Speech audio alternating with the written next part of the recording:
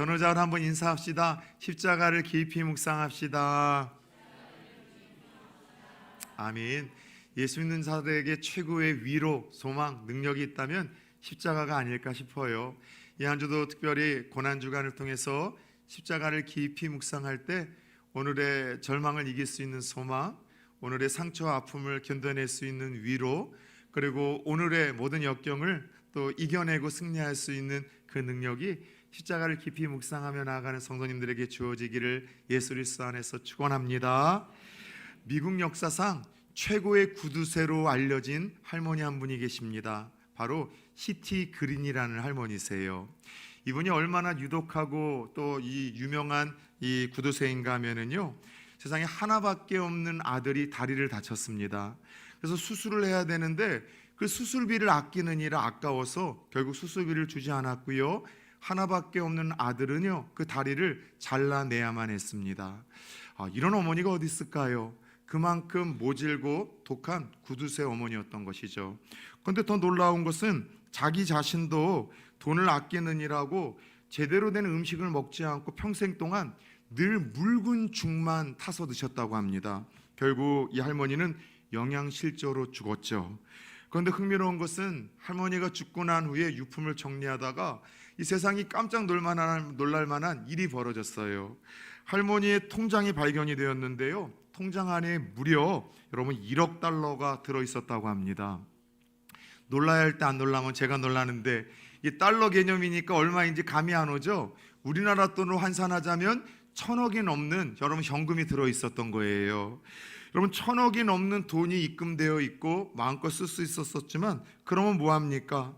아무리 많은 돈이 있었지만 이 할머니는요 너무나 심한 구두쇠라서 누리지도 사용하지도 못한 참으로 어리석은 할머니, 인색한 구두쇠로 오고 가는 세대들에게 기억이 되었을 뿐입니다. 저는 이 시티 그린 할머니의 믿지 못할 이야기를 처음 접했을 때 좀 목사라서 그랬을까요? 이런 생각을 해봤어요. 하나님이 우리 인생들을 볼 때 어쩌면 이 할머니의 어리석은 모습이 예수 믿는 성도들, 하나님의 자녀들에게도 나타날 수 있지 않을까, 그런 생각을 조심스럽게 해보았습니다. 왜냐하면 우리가 찬송가 가사에도 그런 가사가 있는 것처럼 예수 믿는 것은 받은 증거가 많다라고 합니다. 그렇죠? 예수 믿는 것은 받은 은혜가 많고요, 또 받을 축복이 많고요, 또 그로 인한 간증이 많습니다. 그래서 우리가 찬송가의 이 고백처럼 자주 신앙은 고백하지만 진짜로 이 입술의 고백과 같이 삶 속에서 예수를 믿고 따름으로 인해서 내가 이런 은혜를 받았습니다, 나는 예수를 믿고 따름으로 이런 능력을 받았고, 교회를 다니면서 우리 가정은 이런 하나님의 축복을 날마다 경험하고 누리고 있다라고 이렇게 간증하면 노래할 수 있는 성도들은 얼마나 될까, 그런 생각을 해보았어요. 여러분, 먼저 우리가 예수를 믿게 되면은 반드시 누리게 되는, 받게 되는 은혜와 복이 있다고 약속을 하셨습니다. 여러분, 믿는 순간 우리에게 주어지는 첫 번째 은혜와 복이 있다면 따라서 해봅시다. 죄사함의 복, 구원의 복. 믿으십니까? 다른 것 없이 정말 예수님을 나의 구원자, 나의 하나님, 그리고 나의 메시아라고 고백하고 시인하고 영접하면 그 순간 우리의 모든 죄가 다 용서함을 받고 여러분 우리가 구원을 받아요. 우리의 이름이 하늘나라 생명책에 기록이 되어지죠. 그래서 예수 그리스도를 믿음으로 죄 사함을 받고 믿음으로 구원을 받는다는 이 이야기를 네 글자로 줄이자면 따라서 해봅시다. 이신칭의. 그래서 믿음으로 우리가 의롭다 인정받고, 혹은 믿음으로 의로움을 얻는다고 해서 이신득이라고 합니다. 그래서 사실 우리가 이 붙들고 있는 성경 66권의 전체 핵심 주제가 이 이야기예요. 오직 예수를 믿음으로만 죄의 문제가 해결되어지고, 예수를 믿음으로만 죄사함 받고, 믿음으로만 구원받고 우리는 천국을 가게 된다. 이신칭의 이신득이가 성경 66권의 핵심 줄거리이자 주제라고 할 수가 있죠. 그런데 놀라운 것은 예수를 믿음으로 우리는 죄사함을 받고 구원받는 것으로 땡 하고 끝나는 것이 아니에요. 예수를 믿게 되면 죄사함과 죽어서 천국 가는 티켓 하나만 여러분 붙들다고 생각을 하는데, 그것만 갖는 것이 아니라 이 땅에서 구원받은 자로서 누릴 수 있는 수많은 은혜와 축복이 있음을 약속하셨습니다. 가장 대표적인 약속이 있다면 요한복음 10장 10절의 말씀 아닐까요? 도둑이 오는 것은 죽이고 빼앗고 멸망시키려는 것이나 내가 온 것은, 예수님이 이 땅에 오신 것은 따라서 양으로 생명을 얻게 하고 더 풍성히 얻게 하려 함이라. 예수님이 오신 것은 양인 우리에게 죄사함과 영생을 주시기 위함이고요. 근데 거기서 땡이 아니라 이 땅에서 죄사함 받고 구원받은 우리들이 누릴 수 있는 많은 은혜와 축복을 주시기 위하여 이 땅에 오셨다고 말씀을 하셨습니다. 그럼에도 불구하고 예수를 믿고 죄사함과 구원은 받았지만 여러분들 그 후에 이 땅에서 살아가면서 우리들에게 주시는 은혜와 축복이 무엇인지를 바로 알고 누리고 맛보는 자들은 사실 그리 많지 않다는 것입니다. 그런 의미에서 오늘 함께 읽었던 이 본문 로마서 5장에서는요, 예수를 믿음으로 죄사함을 받고 믿음으로 구원받은 이들에게 주어지는 놀라운 은혜와 축복이 있음을 우리에게 알려줍니다. 그렇다면 여러분, 예수를 믿음으로 죄사함을 받고 예수를 믿음으로 구원받은 하나님의 자녀들이 누릴 수 있는 은혜와 축복은 무엇일까요? 먼저 우리 함께 본문 1절, 2절을 같이 한번 읽어볼까요? 시작. 그러므로 우리가 믿음으로 의롭다 하심을 받았으니 우리 주 예수 그리스도로 말미암아 하나님과 화평을 누리자. 또한 그로 말미암아 우리가 믿음으로 서 있는 이 은혜에 들어감을 얻었으며 하나님의 영광을 바라고 즐거워하느니라. 아멘. 예수를 믿음으로 의롭다함을 받고 구원받은 우리들에게 주시는 사실 로마서에서의 세 가지 은혜와 축복이 있어요. 그런데 먼저 읽었던 1절과 2절에서는 우리에게 주시는 두 가지 은혜와 축복을 소개하는데, 첫 번째는요, 하나님과 화평을 누리는 은혜가 있고, 또 하나는 예배와 기도를 통해서 하나님의 영광을 즐거워할 수 있는 은혜가 이 예수를 믿음으로 죄사함 받고 구원받은 자에게 주시는 최고의 은혜와 축복이라고 이야기를 하십니다.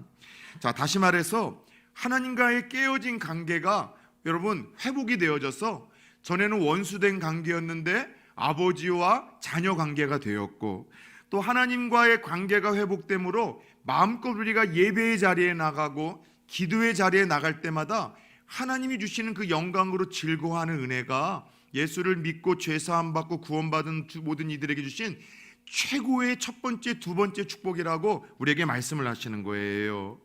저는 제 생애에서 가장 힘든 시간 중에 하나는 고등학교 2학년 학창 시절이었습니다.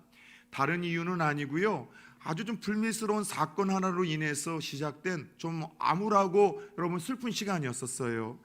평소 가까이 지내던 이 고향 친구들을 도와주려다가 같은 학교의 선배 3명을 고등학교 2학년 때 여러분 같이 싸워서 두들겨 팬 적이 있습니다. 지금도 제 고향 인천에 가면은 전설로 회자되는 이야기죠.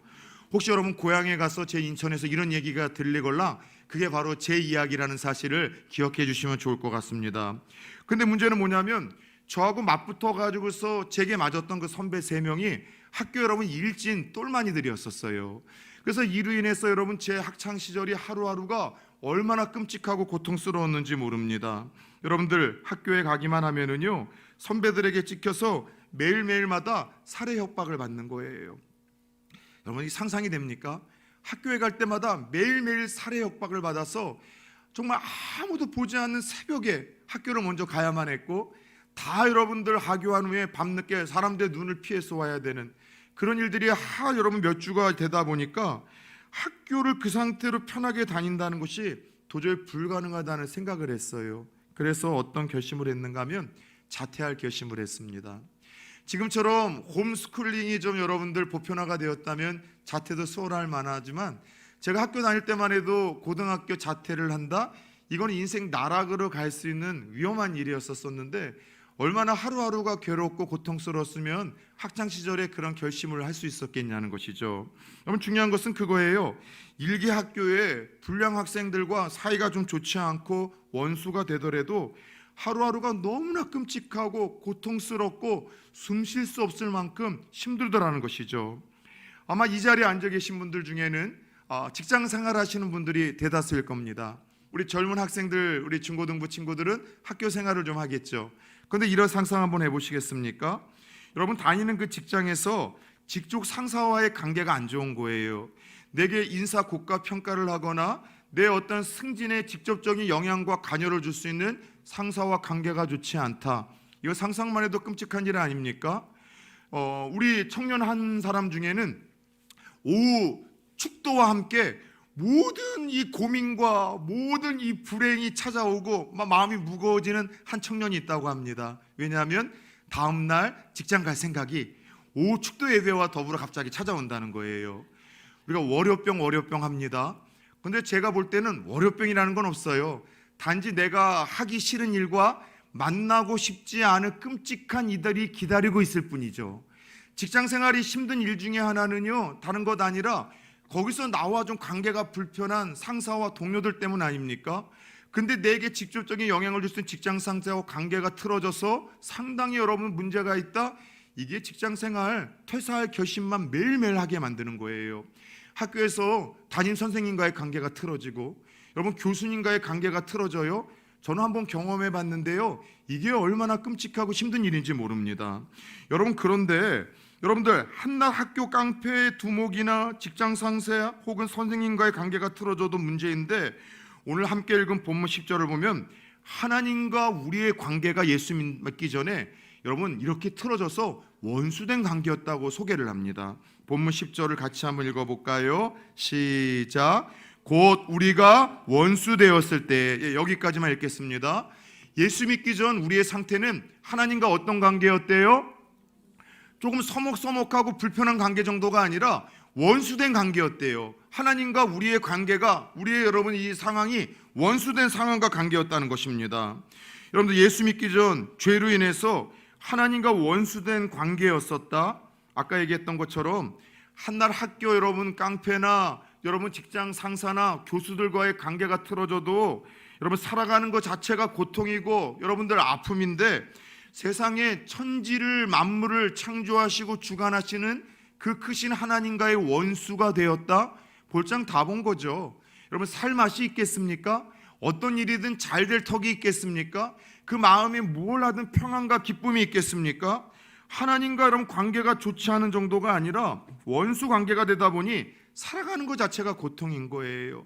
삶에 행복과 기쁨이 없어요. 평안함이 없어요. 어떤 일을 하든 잘 될 턱이 없고 잘 될 일이 없는 것입니다. 그런데 더 큰 문제는 죄로 인해서 하나님과 우리의 관계가 원수 관계가 되었는데, 이 관계를 내 힘과 능력, 세상적인 방법으로 풀 수 있는 길이 없다는 것이죠. 그런데 너무나 감사하게도 여러분 이 깨어진 관계, 원수된 관계를 위해서 예수님께서 화평의 중재자로 나눠주셨다는 거예요. 그래서 여러분들 이 고난주간은 하나님과 나 사이의 원수된 관계를 예수님께서 십자가에서 물과 피를 흘리시고 대신 죄값을 담당해 주시고 대신 희생을 당해 주시고 대신 죽어주심으로 말미암아 하나님과 나의 관계에 예수님이 화평의 중재자가 되어 주셔서 어떻게라도 해결할 수 없는 이 문제를 해결해 주셨음을 기념하고 기억하는 여러분 주간이 종료주일과 고난주간이라고 할 수 있죠. 저는 하나님과 우리 사이에 예수님이 십자가에서 죽으시고 중재자가 되어 화평의 중매장이가 되었다는 이 말씀을 들을 때마다 늘 잊혀지지 않고 떠오르는 예화가 하나 있어요. 여러분에게 여러 번 들려준 예화인데 한 번 더 들려드리도록 하겠습니다. 처음에 사이가 좋지 않았던 아버지와 아들이 있었습니다. 주로 가정에 엄마와 아들은 그렇지 않은데 아버지와 아들 관계가 좋지 않은 경우가 더럿 있어요. 아들이 크면서 아버지에게 더욱더 대놓고서 반항을 하다가 결국 아들과 아버지가 크게 싸우게 되었고, 이로 인해서 아들이 집을 나가버렸습니다. 그리고 연락 두절이 된 거예요. 아들을 너무나 사랑했던 엄마는 너무나 마음이 상심했고, 이로 인해서 마음에 병을 얻다가 큰 벽을 얻어 시름시름 앓게 되었습니다.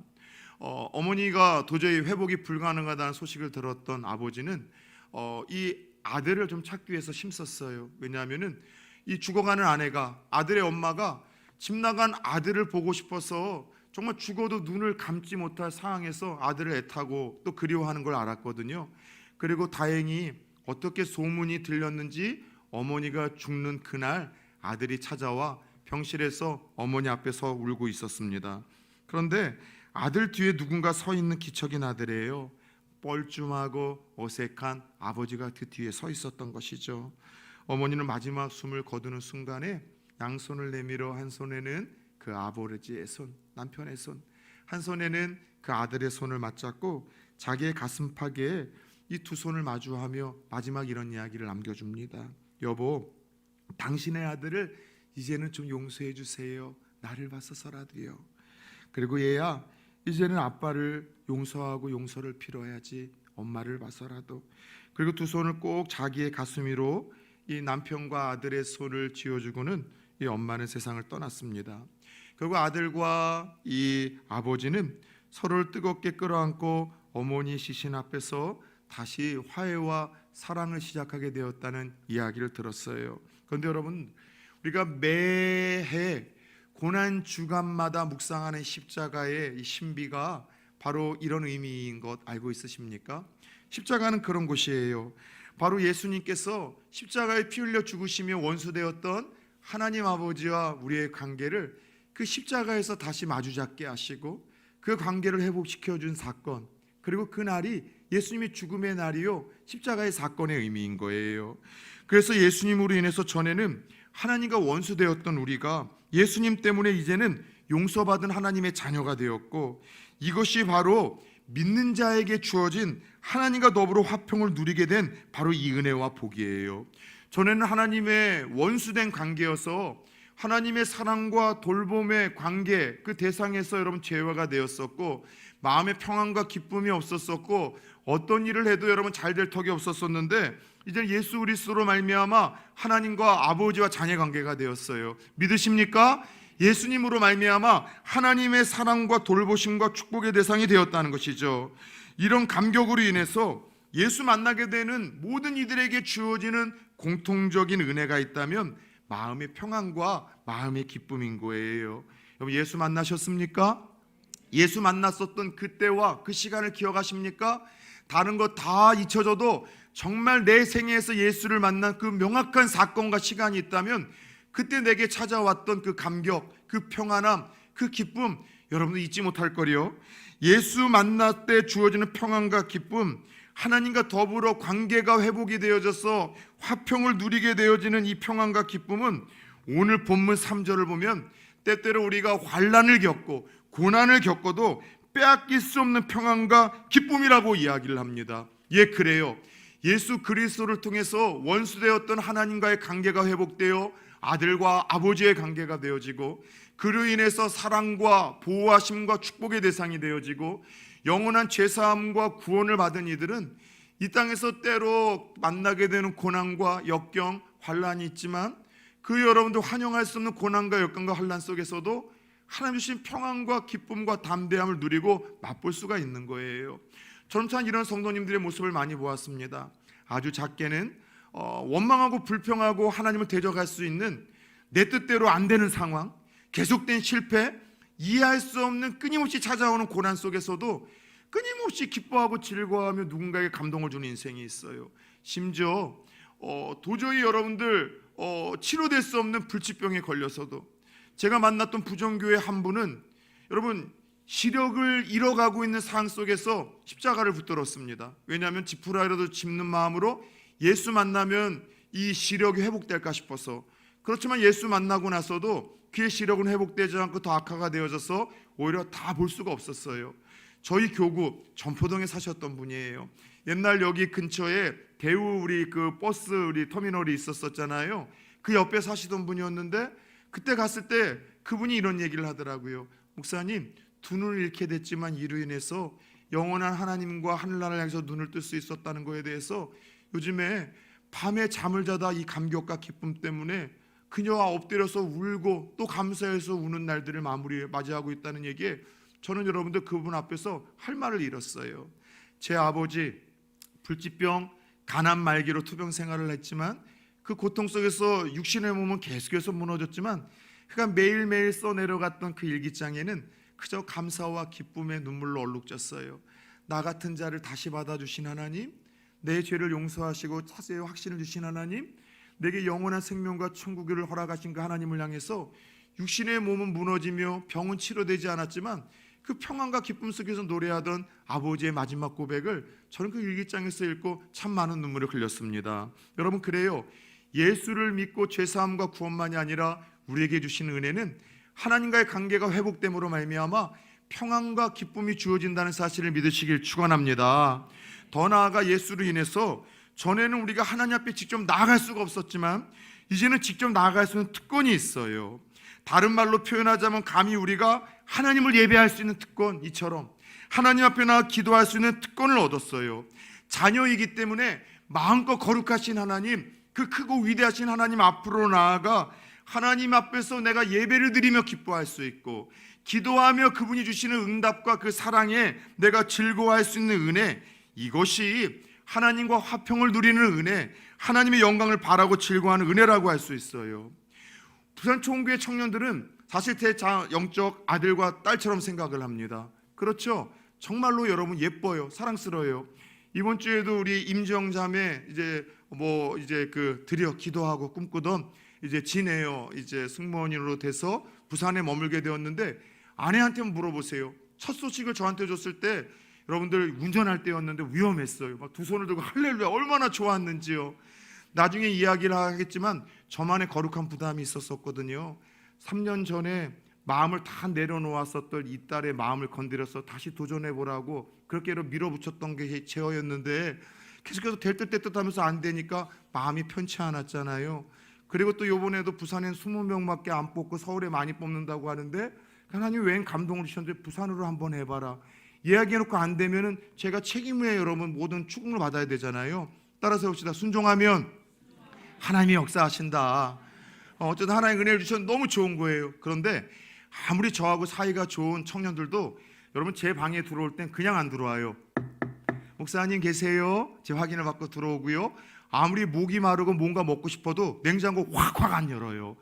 물론 커피 마실 때 얼음 꺼내기 위해서 냉동실은 얼지만 냉동실에 가끔가다 있는 그 아이스크림을 허락도 안 받고 막 먹거나, 냉장실에 있는 거 맥주 같은 건 없겠지만 음료수 같은 거 막 먹고 싶다고 막 따라 안 마셔요. 그런데 요즘은 조금 나아지긴 했는데 마음껏 무례하게 들어와서 지 거도 아닌데 지 것처럼 마시는 한 놈이 있었어요.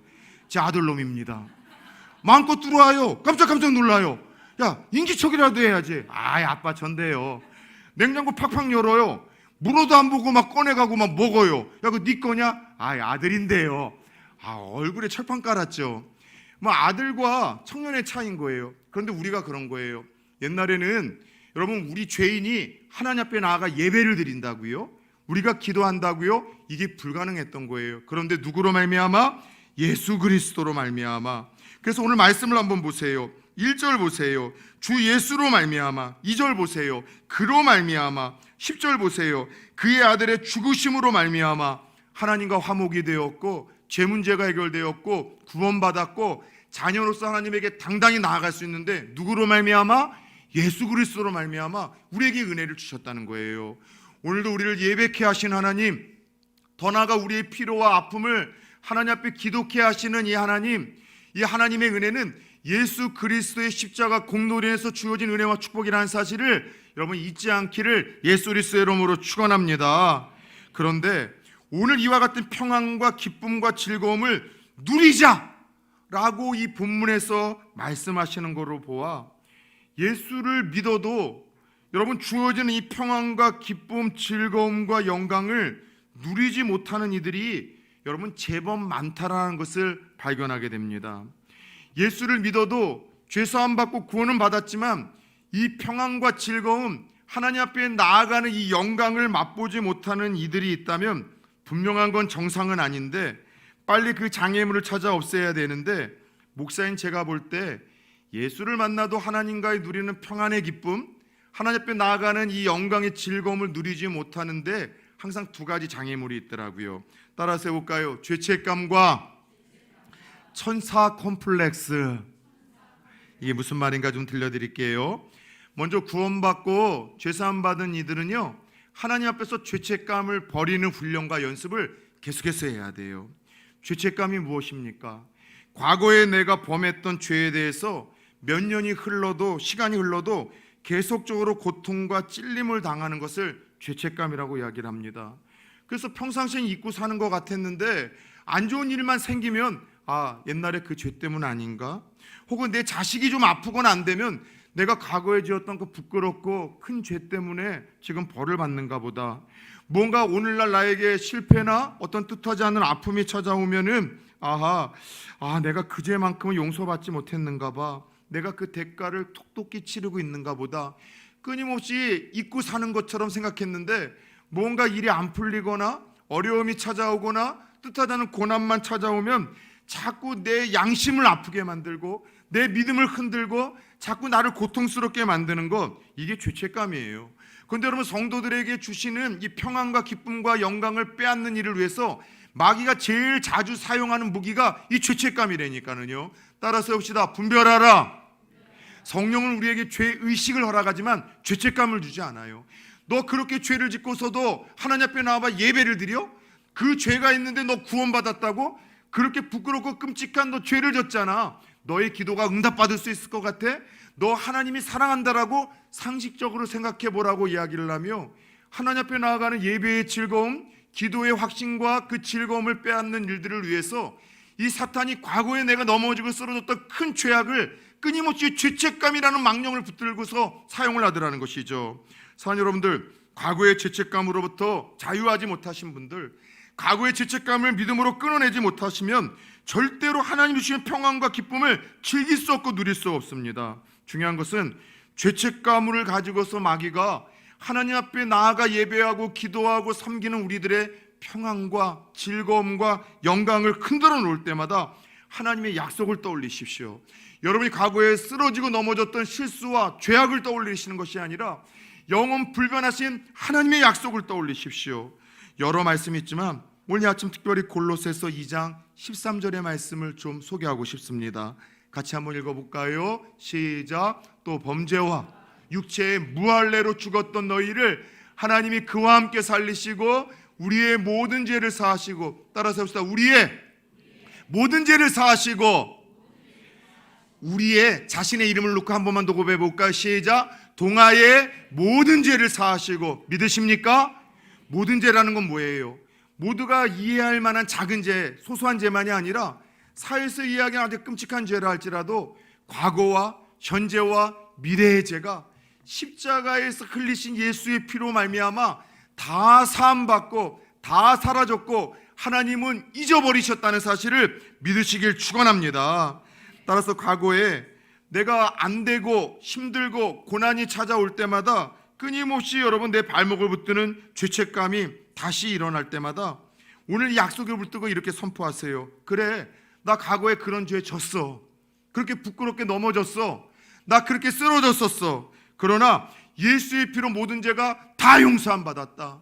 내 과거와 현재와 미래의 죄가 십자가를 바라볼 때마다 그곳에 흘리신 예수의 피로 다 덮어졌고 다 사해졌고 다 용서함 받았다. 나를 정죄케 하는 악한 영은 떠나갈지어다.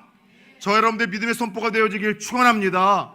더 이상 과거의 죄책감의 망령으로부터 사로잡지 않기를 축원합니다.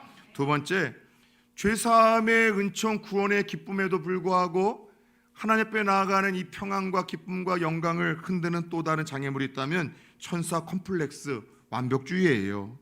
구원받기 전 그리고 구원받았다고 하는 지금의 내 모습을 비교해 보면 다른 사람한테는 열심히 가면을 쓰고 연기를 하며 변화된 사람처럼 포장도 하고 변화된 사람처럼 보이는데 나 자신은 내 내면을 아는 거예요.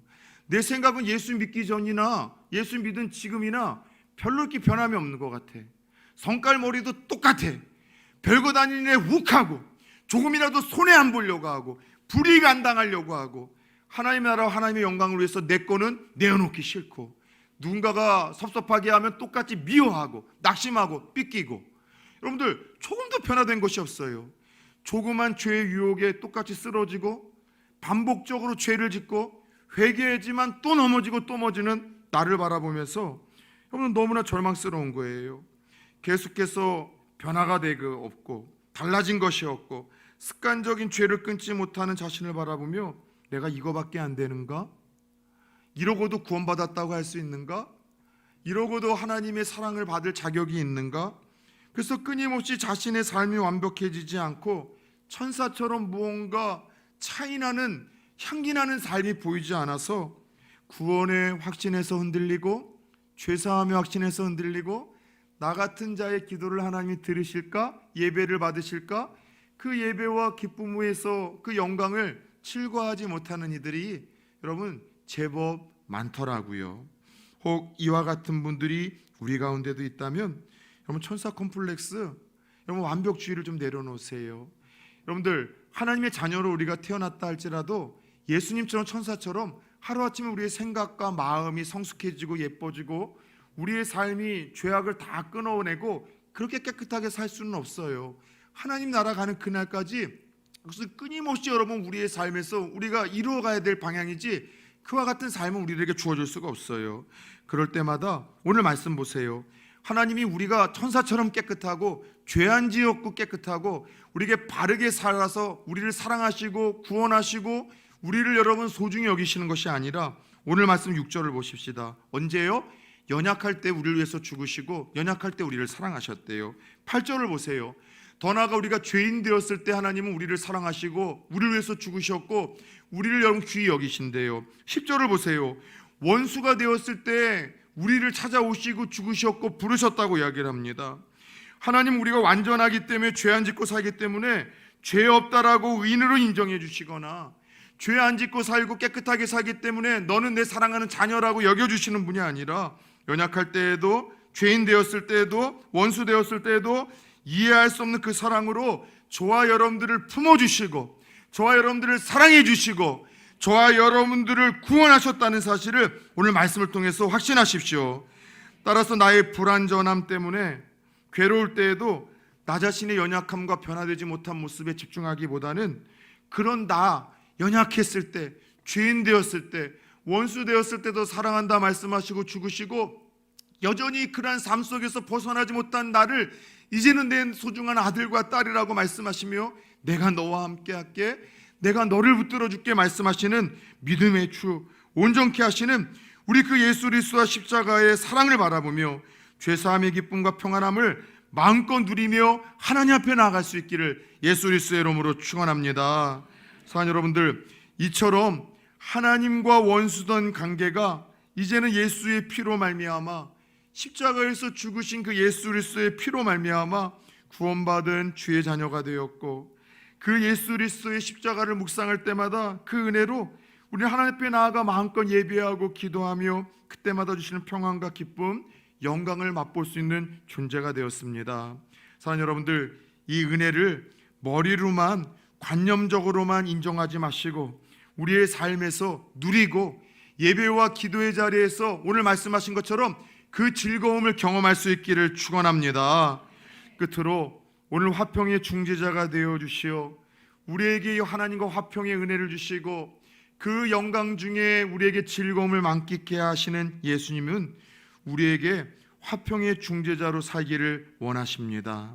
고린도후서 5장 18절을 같이 한번 마지막으로 봅시다. 시작. 모든 것이 하나님께로부터 왔음에 너희가 그가 그리스도로 말미암아 우리를 자기와 화목하게 하시고 또 우리에게 화목하게 하는 직분을 주셨으니 아멘. 하나님과 우리 사이를 십자가에 죽으심으로 화목하게 하신 하나님이 이제 그 은혜를 입고 나간 우리들에게 새로운 직분과 사명을 주셨대요. 따라서 해봅시다. 화목하게 하는 직분. 예, 화평의 중재자가 우리가 될 수 있도록 하나님 우리에게 그 사명을 주셨대요. 사랑하는 여러분들, 오늘 성찬의 의미가 그런 거라고 했습니다. 예수님과 연합을 하는 것과 예수님의 이 살과 피를 기념하는 성찬을 참여하는 성도들과 한 가족 연합을 하는 것이 성찬의 첫 번째 의미예요. 그래서 성찬식을 통해서 예수님이 내 안에 있음을 고백하는 건 다 하지만 내가 그동안 사랑하지 못했던 사람, 용서하지 못했던 사람 끌어안고 용서하는 것이 이 성찬의 의미예요. 두 번째, 우리에게 주신 사명이 있다고 했죠. 예수님의 죽으심과 다시 부활하심과 오심을 그분이 오시는 날까지 다시 전하기로 사명을 제약하고 결단하는 것이 성찬의 의미이죠. 사랑하는 여러분들, 아직도 예수 그리스도를 믿지 않는 이들에게 이 복음을 전하기에 힘쓰므로 화평의 중재자가 되어지는 고난주간의 성도님들 되어지길 축원합니다.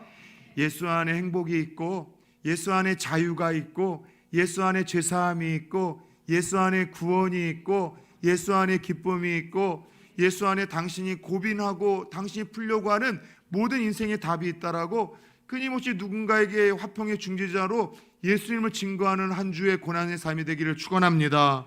더 나아가 마지막으로 머무는 곳에서 만나는 사람들에게 제발 트러블 메이커, 다툼이 아니라 예수님처럼 화평의 중재자, 피스메이커가 되었으면 좋겠어요.